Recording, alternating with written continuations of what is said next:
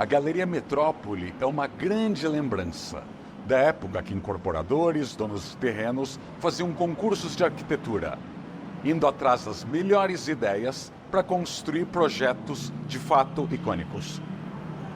Era uma vez um terreno meio torto, dava para uma rua sem saída, uma praça que ainda não era uma praça muito legal e a Avenida São Luís que estava cheia de prédios em obras.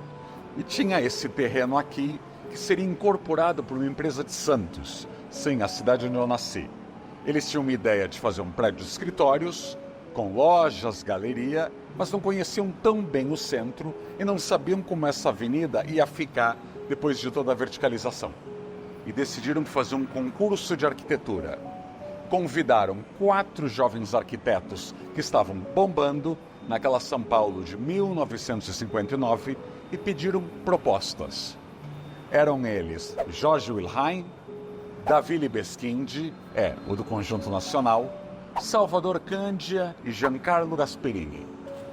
Os 4 foram convocados, o Libeskind não pôde participar, já tinha criado sua construtora, e os outros 3 mandaram propostas.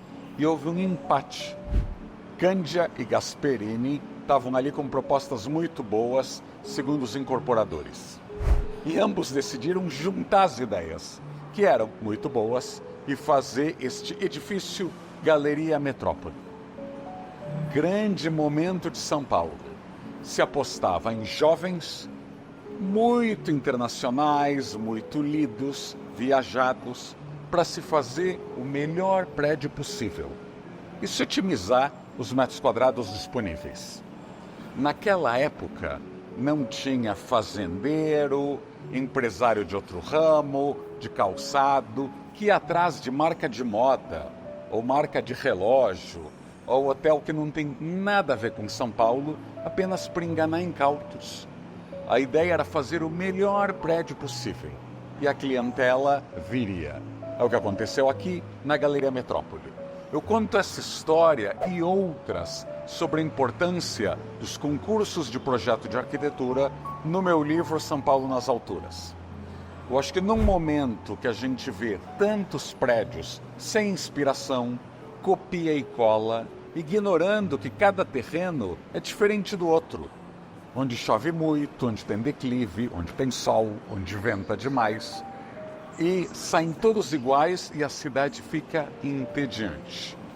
O meu livro, aliás, sugiro, bom presente de Natal, ou de amigo secreto, ou de brinde de fim de ano, traz essas histórias inspiradoras de uma São Paulo que queria ser a metrópole mais moderna do mundo.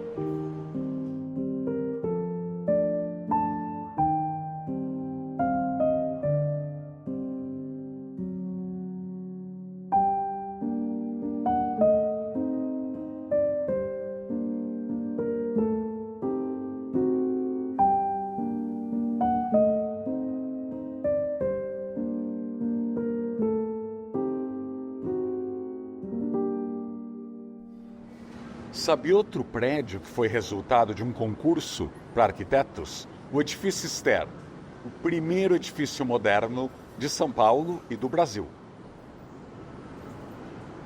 Construído pela usina de açúcar Ster, foi inaugurado em 1938, 6 anos antes do Ministério da Educação no Rio de Janeiro, que plasticamente mais exuberante e com chancela oficial, acabou ofuscando aos olhos da história o antecessor menor. O Ster foi projetado como um prédio multifuncional. No térreo havia lojas. Os escritórios da empresa ocupavam 3 pisos. Nos andares restantes, apartamentos para locação. Do 4º ao 10º andar, plantas de tamanhos variados. Nos 2 últimos andares, unidades duplex, além de um terraço e jardim na cobertura.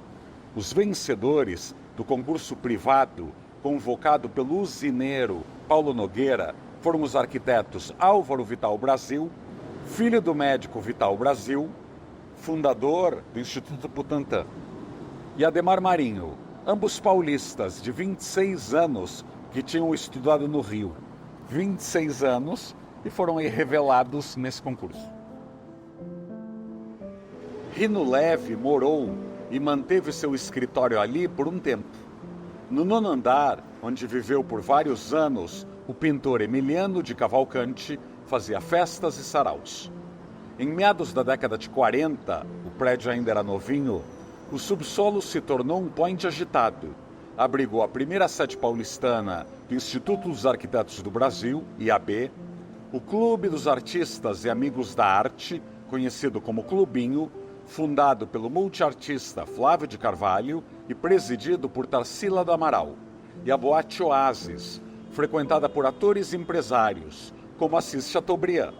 O congraçamento lúdico-alcoólico das vanguardas culturais conferiu prestígio às linhas retas bauhausianas do prédio. E eu conto mais histórias sobre os concursos que construíram São Paulo aqui no livro. O incentivo à pesquisa, que gerou projetos inovadores, como os do Edifício Itália e da Galeria Metrópole, era comum na década de 50. Incorporadores, governos, clubes esportivos e até igrejas e sinagogas recorriam a concursos de projeto arquitetônico.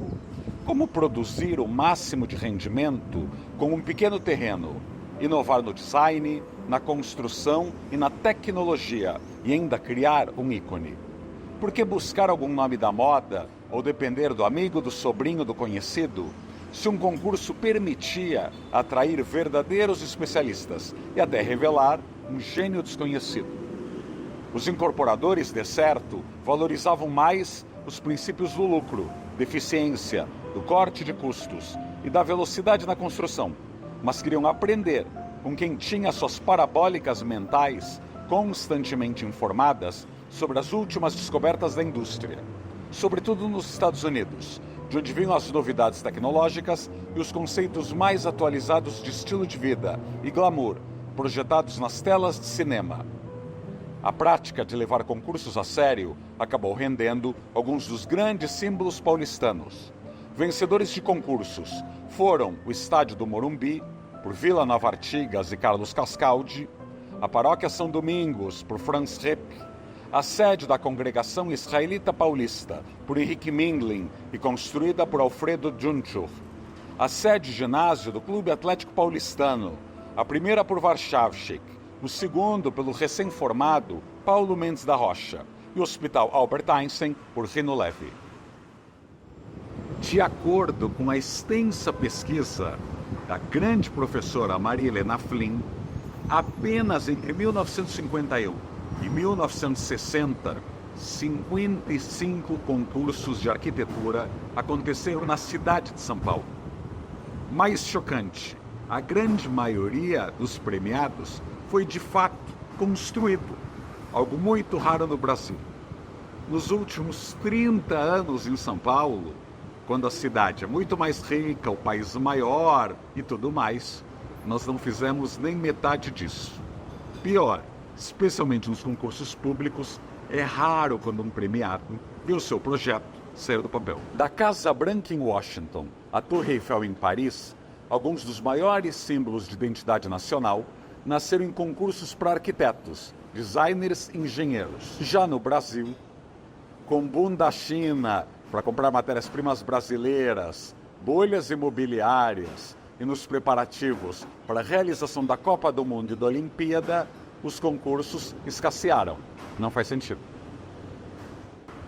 A revista Habitat, criada e escrita por Lina Bobardi e Pietro Maria Bardi, teve um editorial premonitório e muito duro sobre a formação e a informação no Brasil. Dá para inquietar o Brasil que vem aí aos trambolhões, fazendo tudo arremangado, incapaz de sofrer concorrência, quase ninguém querendo trabalhar, porque o rush é para os empregos públicos, o que quer dizer para o aumento dos térmitas orçamentívoros. O Instituto de Arte Contemporânea, a escola de design criada pelo casal Bardi, que promoveu o primeiro desfile de moda brasileira, durou menos de 3 anos. Faltaram empresários que enxergassem valor agregado ali. No mercado imobiliário, até pouco tempo atrás, mesmo edifícios super luxuosos recorriam ao pastiche do neoclássico, coroados por mansardas, em um tipo de investimento com desvalorização garantida. A aparência Versalhes, de baixo orçamento, causa deboche para qualquer entendido no assunto. Ao contrário dos grandes prédios retratados neste livro, construídos há 60, 70 anos, que se valorizam cada vez mais com o tempo, o que se pode esperar de edifícios com materiais baratos e um estilo velho que não representa o momento atual? Lina e Pietro sabiam do que estavam dizendo, e tomara que estas histórias do São Paulo nas alturas façam muita gente refletir. A vantagem dos concursos para obras grandes fica evidente aqui na Galeria Metrópole. Olha, sexagenária, e que espaço livre, que espaço nada enclausurado, com verde no meio, muito antes de qualquer modinha, sem luz artificial, sem ar-condicionado o tempo inteiro, e que luz! Até dá para se ouvir um sambinha daqui. Os shopping centers dos últimos 30 anos, aqueles containers que asfixiam não só os claustrofóbicos, teriam que aprender demais e ajoelhar no milho para prestar atenção na Galeria Metrópole. Concursos são um grande exemplo. E eu te pergunto, público de São Paulo nas alturas, que prédios de São Paulo deveriam ter passado por um concurso de arquitetura? Que prédios ou projetos em discussão agora deveriam também ter o seu concurso, seja um concurso para jovens arquitetos, seja um concurso por convite para 5, 6, 7 escritórios já com experiência, e concursos internacionais. Porque a arquitetura brasileira, nessa época que eu retrato no livro, foi bem mais aberta. Tinha estrangeiro aqui, tinha muito brasileiro trabalhando no exterior. Esse trânsito é muito melhor, aliás, não só na arquitetura, do que se isolar e não saber competir. Muitas outras histórias de concursos estão aqui no livro, que resgatam um momento inspirador da cidade. Então peço para que você comente, compartilhe esse vídeo e provoque aquele amigo que sempre está afim da lei do mínimo esforço. Cidades legais que atraem investimentos, turistas, eventos e nômades digitais têm que ter uma grande paisagem urbana. E a nossa foi construída nesse tempo.